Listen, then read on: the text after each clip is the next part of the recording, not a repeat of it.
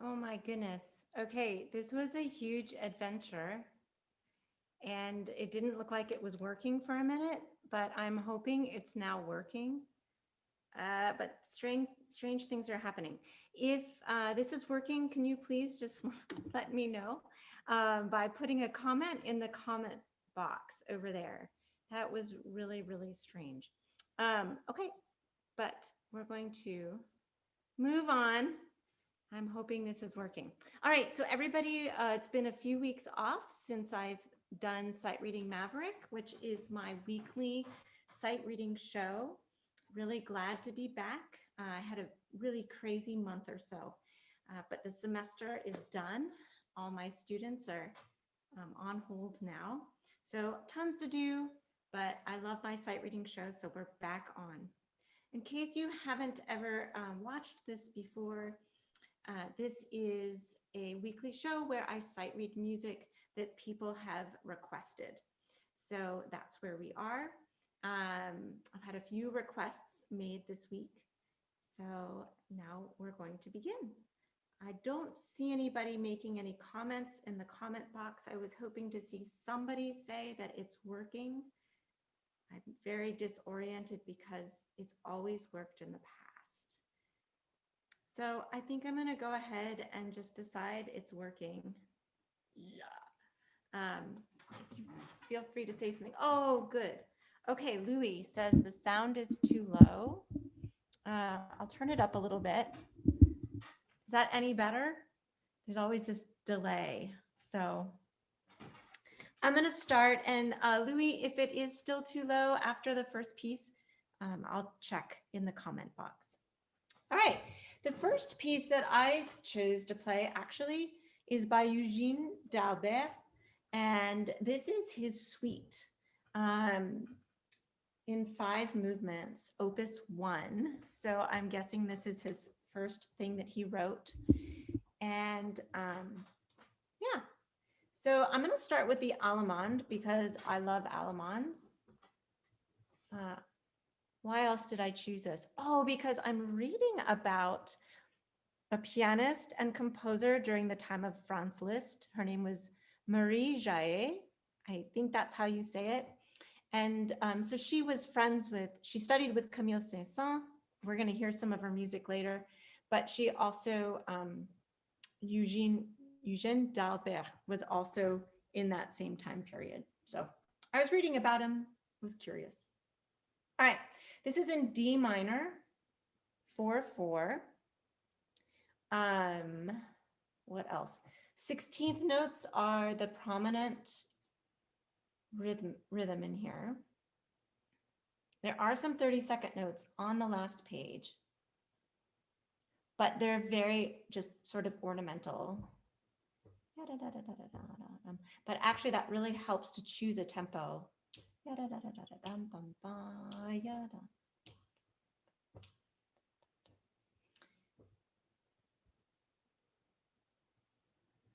Okay, there's no other strange rhythms in here. So I'm just going to give it a go. It looks actually very Bachian to me. So, right. 3, 4.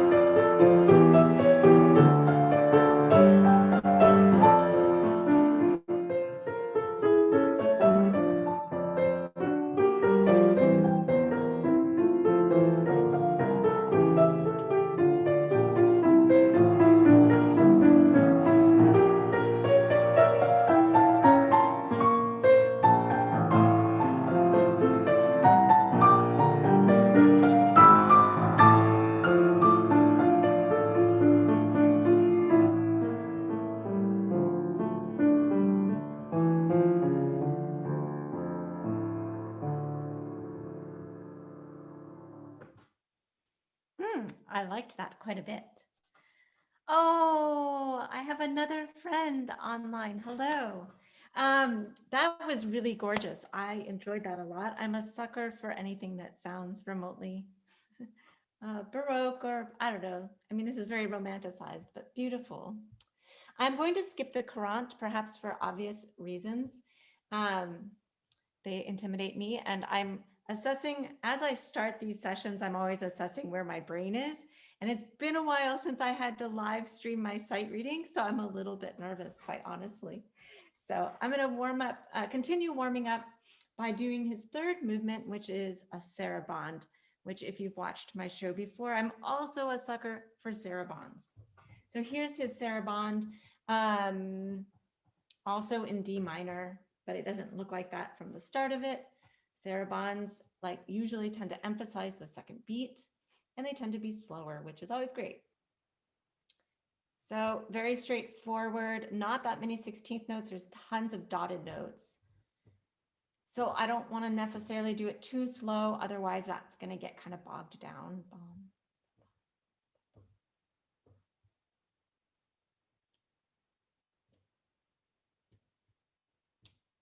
Oh, they might have to be kind of slow. Because I don't want the 16th notes to be too fast. I think I figured out a tempo. 1, 2, 3.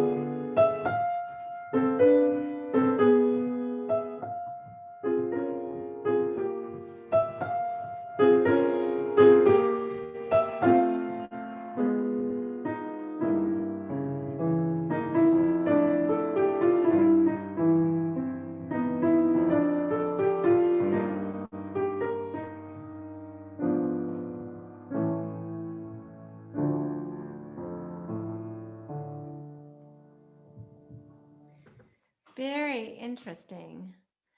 Oh, another comment. Yeah, I think the volume, what I'm going to do is I'm going to move the mic actually. We're going to try that. We're experimenting with a new mic. I had the mic closer to me so you could hear me talk, but then that might be causing problems. So we'll keep trying it. Keep giving me feedback. Okay, that was very interesting. Lots of twists and turns harmonically.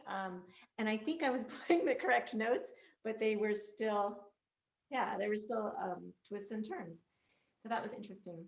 All right, I'm going to try also the fourth movement, which is the gavotte and the musette. Okay, this is in D minor, of course, still, since we're in a suite. Let's see, 4/4 for the gavotte. Ooh, this looks kind of scary. The second page has all of these octaves. So what am I going to do? The right hand has kind of thick textures, but the bottom notes stay the same and the upper notes go up. So I'll probably focus on those upper notes. The left hand does have some jumps and it's a really bad score. And then octaves. So I'll definitely focus, let's see, probably on my pinky in my left hand. We'll see. The musette goes to D major, still 4/4, of course. And the left hand moves up into the treble clef that whole time, kind of over a D bass. So I'll have to focus on that upper voice in the left hand. We've got some 16th note figurations, but it's pretty straightforward.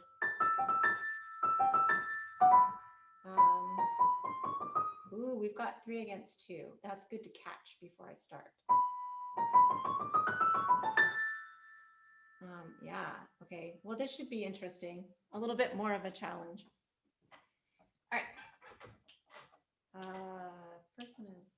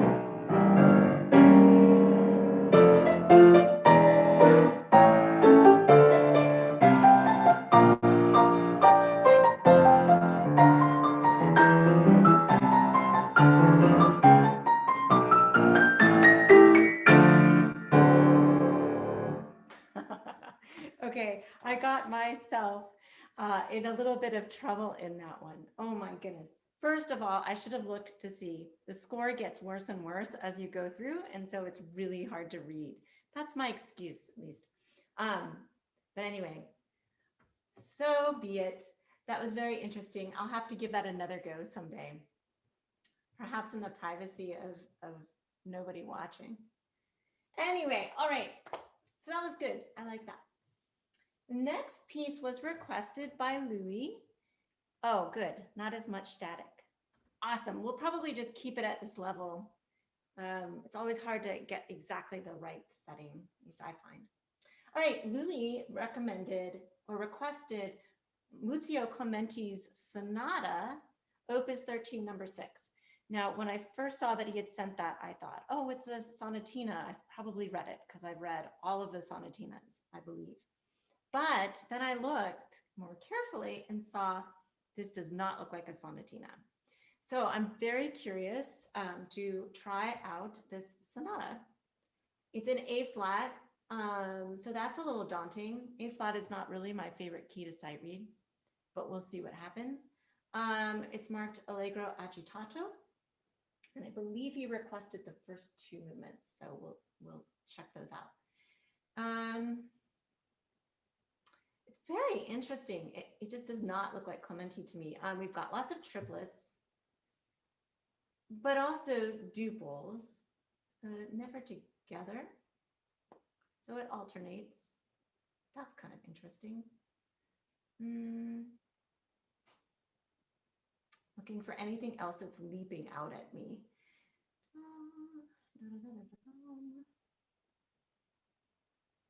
It looks kind of tricky. So this should be very interesting. Okay. Yeah. Nothing faster than triplets. All right, so I'm going to do it 2, 1, 2.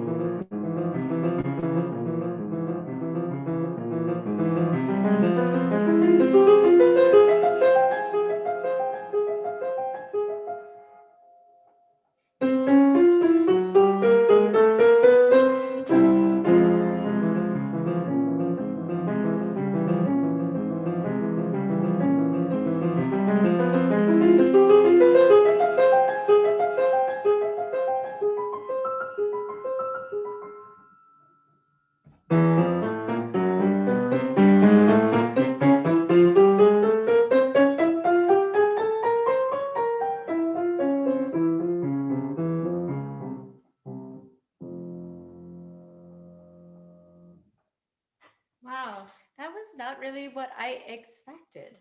I really liked it though.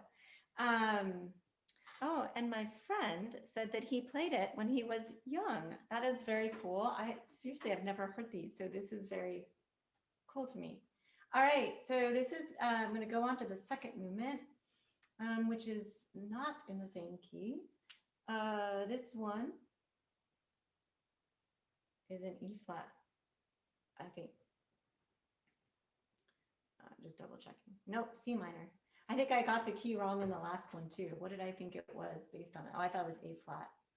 Anyway, okay. So this is in 3/4.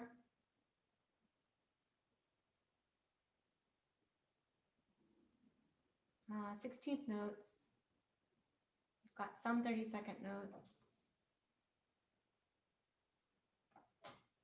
And it's marked largo.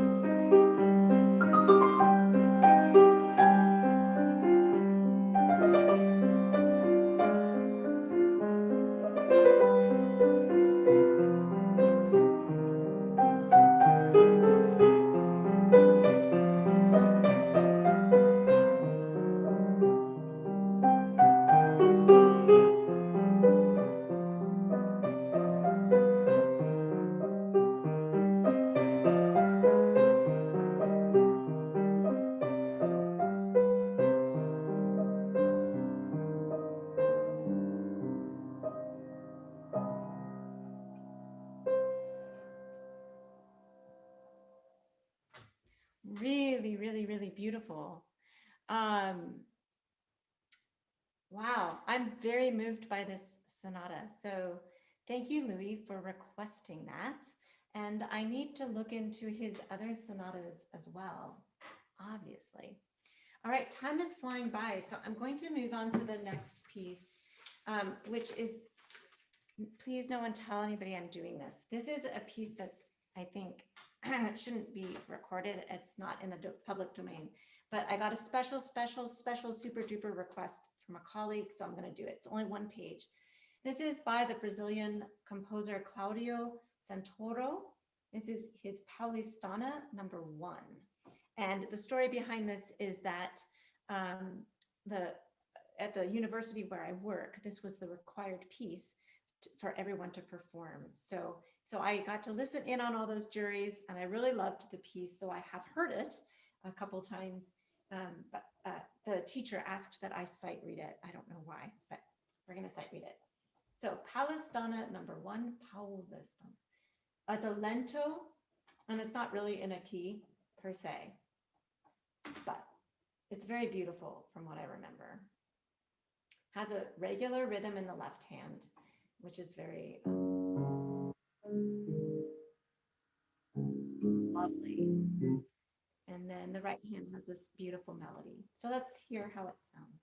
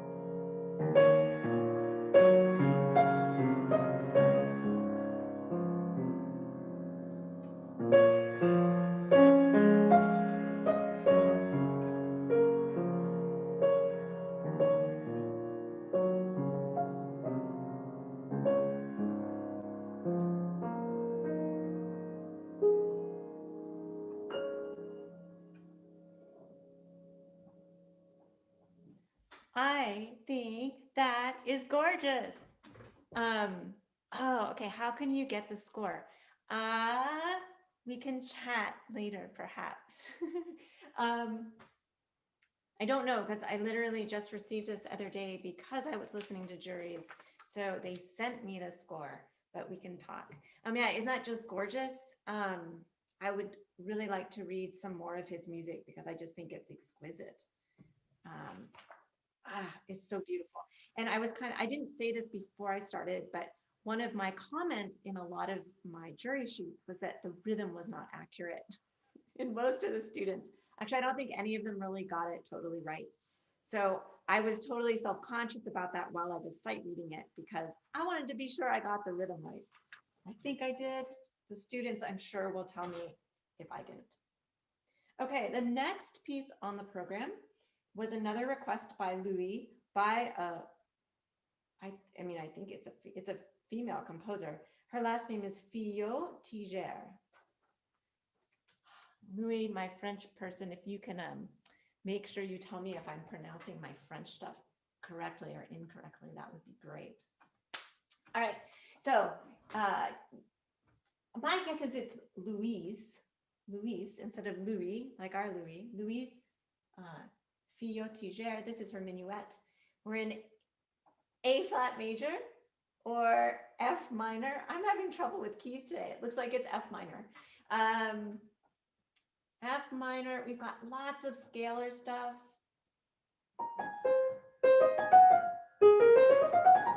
But it looks like it's scalar, so I'm going to try to set into motion my scalar knowledge of fingerings. Sometimes that doesn't go so well. Then we've got a trio with just the accompaniment in the left hand. And actually, it doesn't even change harmonies very much, so that'll be helpful. There is a scale in the middle of it. So again, try to let my fingering knowledge kick in. But I'll focus definitely on the downbeats in the trio and the melody in the right hand. I'm not talking quite as much today. I'm sure you'll be grateful, just because I have so much to get through. Fastest note value are eighth notes. And we want to be a minuet, so we'll see how brave I am.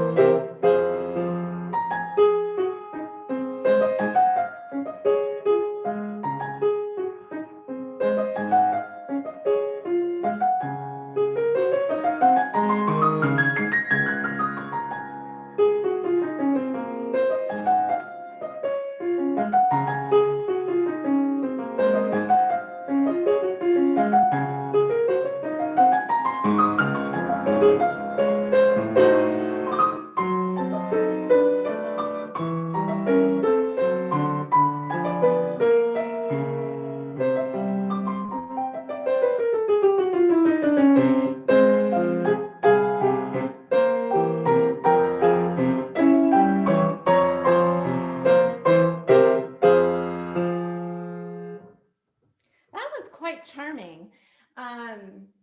Yeah, I forgot that in this time period of music, the notation that they used for a quarter note rest actually looks like a backwards eighth note rest. So I was thrown off about half the time about the rests.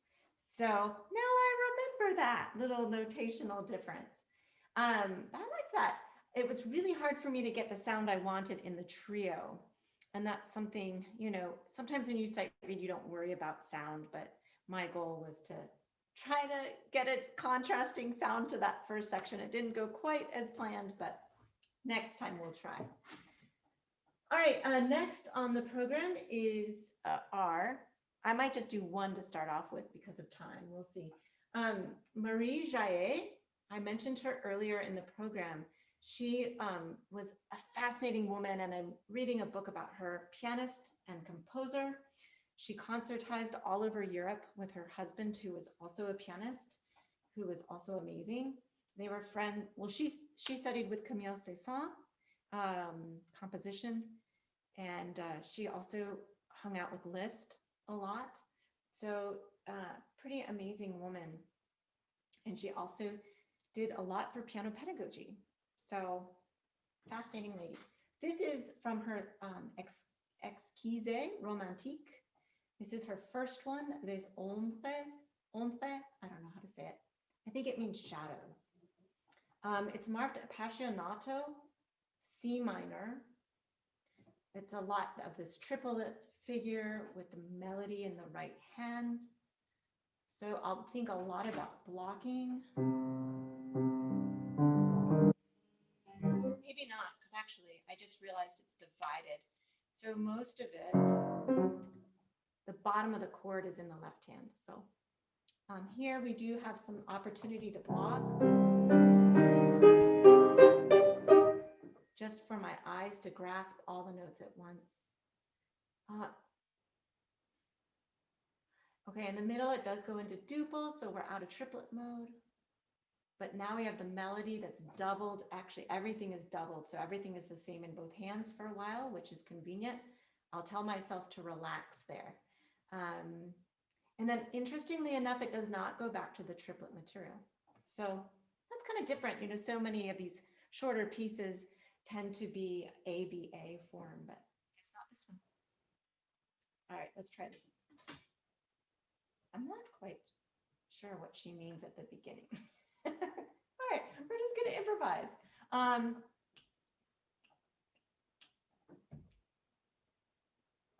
I'm going to try to be brave. We'll see. I might slow down the tempo. 1, 2.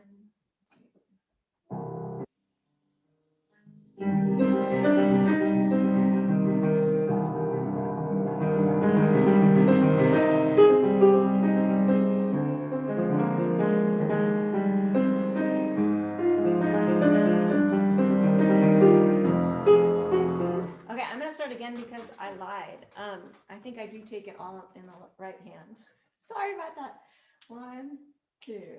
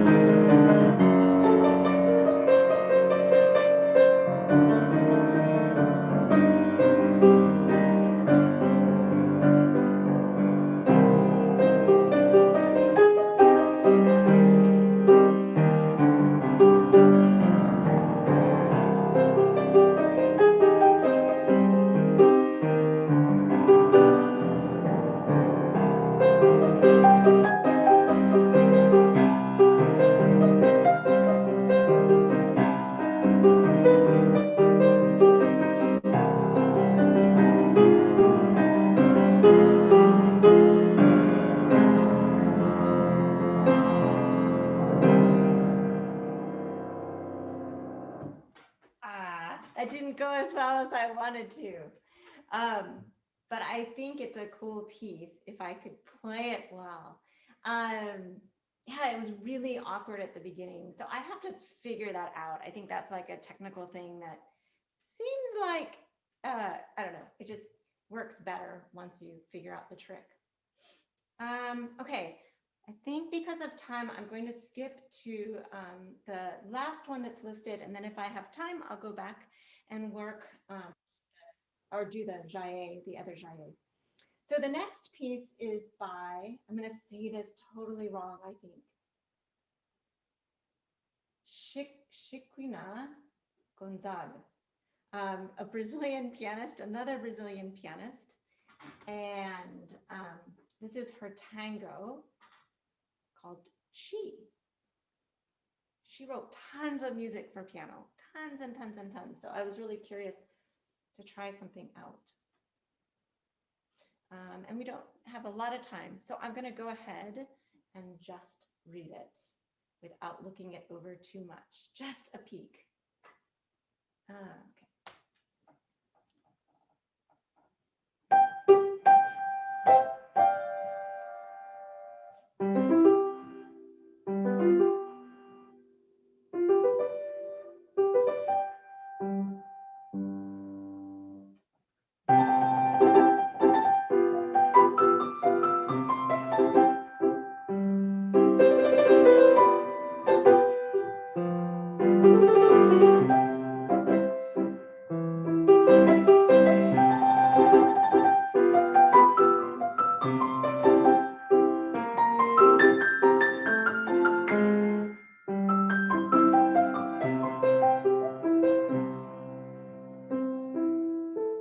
It's supposed to repeat.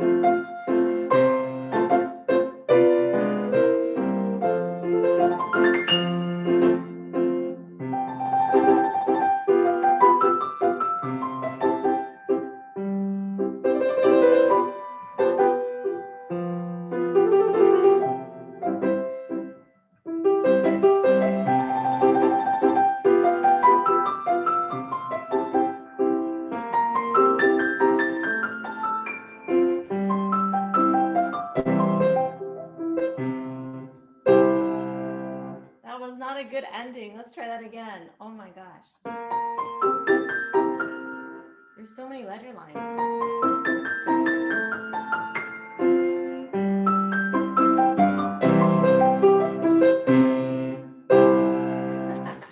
Okay, that was a little bit better. Well, that was cute. I don't know why I'm finding things terribly awkward today, but so be it. Okay, so I do have a couple extra seconds. So I'm going to go ahead and end with Marie Jaëll's fifth movement of her 6 Esquisses. Oh, and Sandra just piped in the Fillaux-Tiger Menuet. Stay tuned. Yes. Thank you for reminding me, Sandra. So the Fillaux-Tiger Menuet that I played earlier on is being recorded by Miss Sandra Mogensen for our Piano Music She Wrote channel. So stay tuned for that. She'll do it much better than I did. Okay, this one, A flat major, 6/8 andantino. Really strange middle section. So I'm trying to figure out the rhythm before I start. I got it. Okay. Who knows what's going to happen, folks? This is not my best of sight reading days, but we'll do our best. Looks like it has a beautiful melody. That's what I'm going to focus on.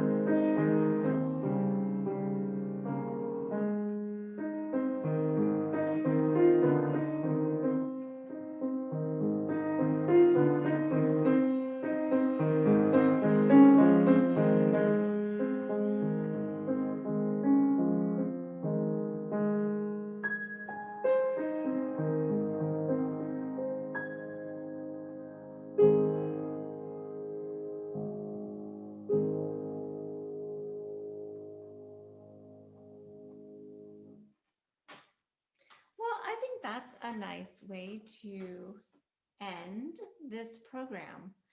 So I want to thank you all for joining me today. Sorry for the little trouble at the beginning. I'm glad that it all worked out in the end. And thank you especially to all of my dear friends that joined. I see Mark from school joined, and my friend Inca Warrior, and of course Sandra, and definitely my best fan who's always here every week, Louie. So thank you for joining me again. Be back next week and we'll do more. By all means, it really is a joy to be able to do requests that people send in. I request that they just be on IMSLP. Just makes me feel a little bit better if I know it's in the public domain. So send them my way over the course of the week, and we'll be back next Sunday. Hopefully the technology will work a little more smoothly. So until next week, have a very, very safe week, and I will see you later.